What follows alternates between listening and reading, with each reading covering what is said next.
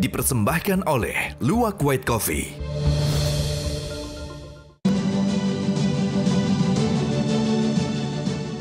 Temu lagi di Hot Room, Pak Iqbar. Pak Iqbar, masih dengar?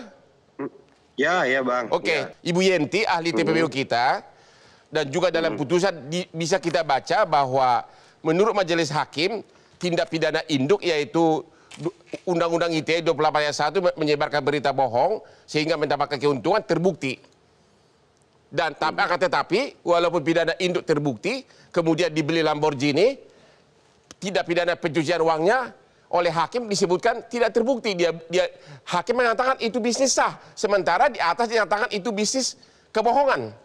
Dua isi putusan bertentangan. Apa tanggapan saudara?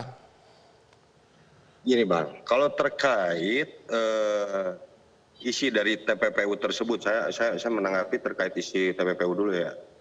Jelas, Doni bisa ngebuktiin Bang, uang yang ada di rekeningnya, yang mengalir di rekeningnya pure bukan hanya dari si Kuotek ini Bang. Malah yang dari paling besar itu penghasilan dia dari trading dia sendiri kan.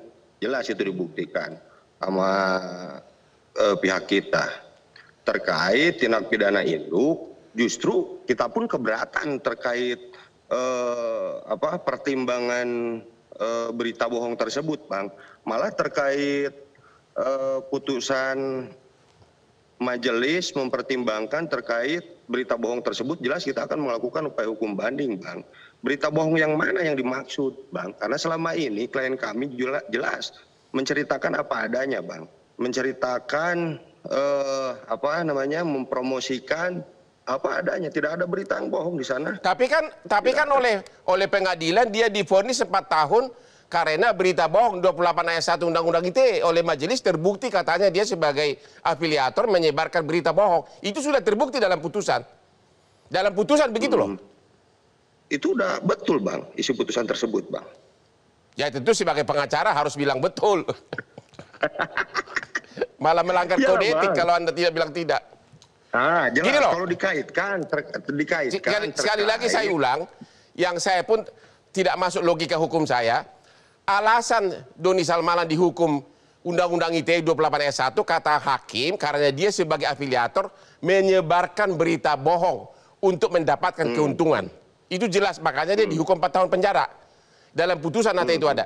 Tapi kemudian pada saat mempertimbangkan TPPU, hakim mengatakan bahwa sebagai afiliator dia bekerja jujur, bekerja bisnis murni. Di atas disebutkan sebagai afiliator menyebarkan berita bohong, tapi di bagian akhir dari putusan untuk TPPU disebutkan itu bisnis murni, tidak ada salahnya gitu loh. Jadi dua putusan yang bertentangan satu sama lain, pertimbangannya gitu loh. Terkait upaya hukum, jelas kita akan melakukan upaya hukum banding Bang terkait masalah pertimbangan Undang-Undang ITE tersebut. Nah, gitu Bang. Mungkin akan lebih bijak ketika saya sudah menerima amar putusannya Bang. Gitu. Oke, terima kasih. Biar nggak salah. Ibu Yenti, kalau begini untuk apa orang lapor polisi? Iya. Ya?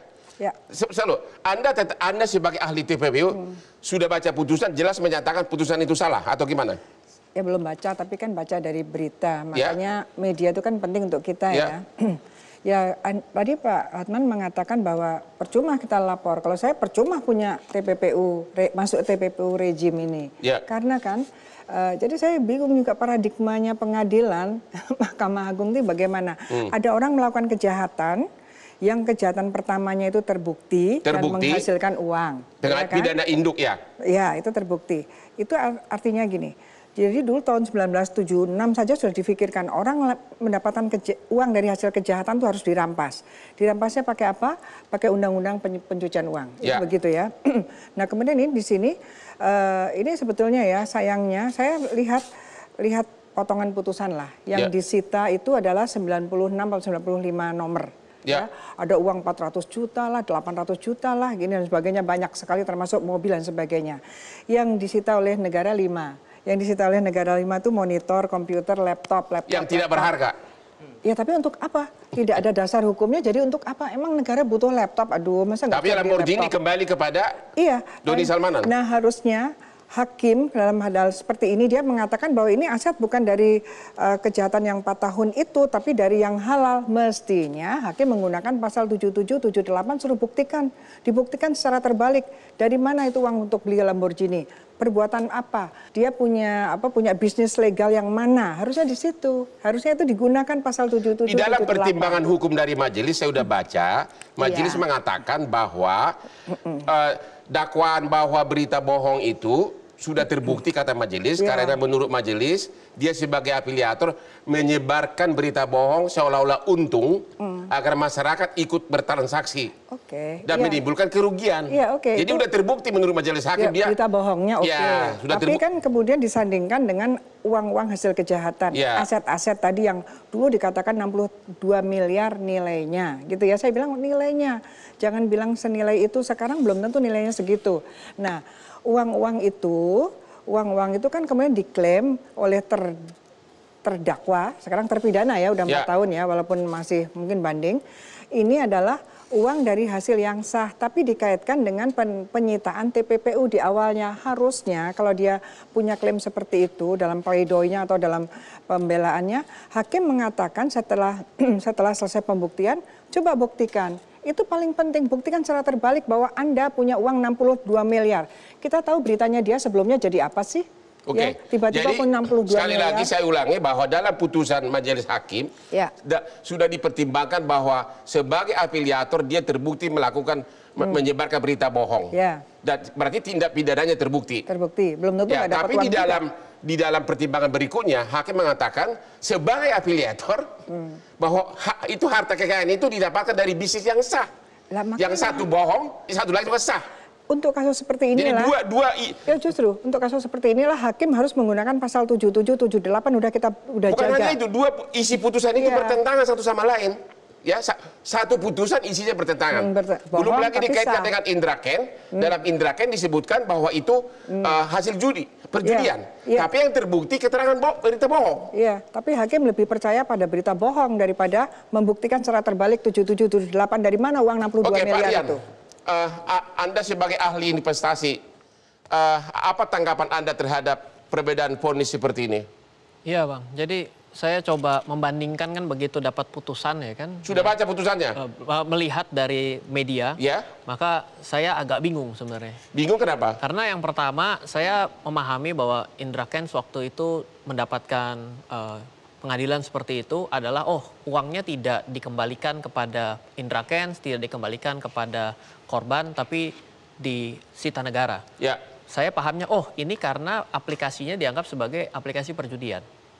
Aplikasi apa? Perjudian. Oke. Nah, kenapa saya paham itu benar? Karena memang dalam putusan disebutkan begitu. Nah, pada 3 tahun yang lalu, saya pun adalah orang yang ditawari untuk menjadi afiliator. Waktu saya ditawari, yang paling saya tolak adalah saya tanya, dari mana sih mau ngasih untung buat saya tuh dari mana? Kamu dikasih 90% dari ruginya orang. Nah, saya dari situ langsung bingung. Ini bisnis bagaimana ya? Kok yang namanya bisnis itu kan dari penjualan, dari keuntungan, dari kerugian. Ini udah nggak bener nih. Saya baca tuh ternyata di Inggris itu sudah dinyatakan sebagai aplikasi perjudian. Sudah ya udah berarti kita sudah sejalan nih menganggap bahwa ini adalah aplikasi perjudian. Lah, begitu keluar lagi sekarang dikatakan bahwa ini belum jelas. Aplikasi apa sehingga jadi dikembalikan kepada si dalam Doni Salmanan disebutkan belum jelas aturannya, apakah ini perjudian atau tidak. Tapi dalam Indraken disebutkan ini perjudian. Jadi bertentangan satu sama lain. Yang saya kepikir tuh cuma satu kalau saya Bang. Saya ini kan orang investasi. Saya mengedukasi masyarakat Indonesia itu dari Sabang sampai Merauke. Yang saya takut ini ya dengan orang-orang yang punya aplikasi ini bilang, ternyata belum jelas di Indonesia. Mari kita kembali beriklan di Indonesia karena kan belum jelas. Berarti kan akan datang sesuatu masalah baru ketika dikatakan belum jelas. Saya malah jadi worry-nya lebih kepada kondisi yang orang jadi akan bingung. Sebagai ahli investasi, apa tanggapan saudara atas tidak adanya putusan pengadilan yang mengembalikan kerugian dari para korban? Nah, poinnya gini, kalau saya sebagai orang investasi ya, ketika saya berinvestasi, maka yang harus kita pastikan adalah setiap instrumen investasi pasti ada resiko. Satu itu. Jadi untung dan rugi kita sebenarnya harus punya tanggung jawab. Cuma masalahnya adalah saya yakin banyak masyarakat itu yang tidak tahu aplikasi ini aplikasi apa. Jadi menurut Anda kenapa masyarakat malah tergoda untuk ikut? Apa yang menggiurkan? Ya pasti kan gini, makanya pakai influencer. Ya. Influencer ini kan menginfluence. Ya. Nah, influencer ini juga sayangnya juga bukan dari influencer yang paham keuangan. Jadi dia juga jangan-jangan menawarkan kepada orang lain yang sama-sama dia tidak tahu pada asal muasalnya ini tuh produk keuangan atau bukan.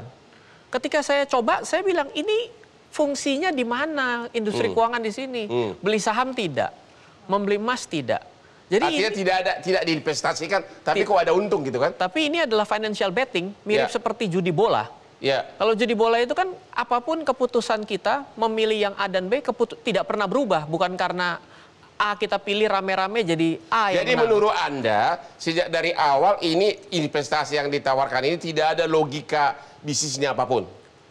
Ini nggak pernah bisa saya sebut sebagai investasi. Ini adalah financial betting, Bang. Perjudian dengan menggunakan angka keuangan. Perjudian dengan menggunakan angka keuangan. Oke? Kita istirahat dulu, kembali setelah yang berikut ini.